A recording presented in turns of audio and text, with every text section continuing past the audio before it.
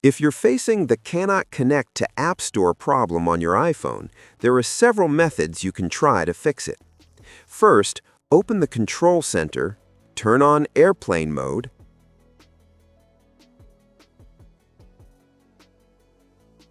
wait a few seconds, and then turn it off again.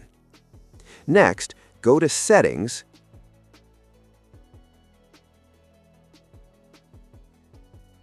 tap on General, then scroll down to Date and Time and turn on the Set Automatically option, making sure it matches your region.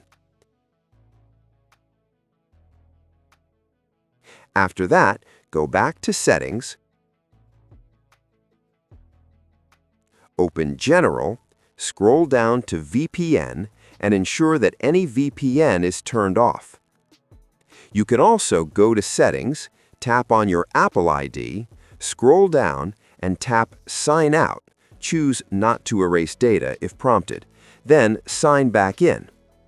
Additionally, check if your iPhone software is up to date and install any available updates. Finally, go to Settings, tap General, scroll down to Transfer or Reset iPhone, tap Reset, and then select Reset Network Settings. These methods should help resolve the issue. If you found this helpful, don't forget to subscribe.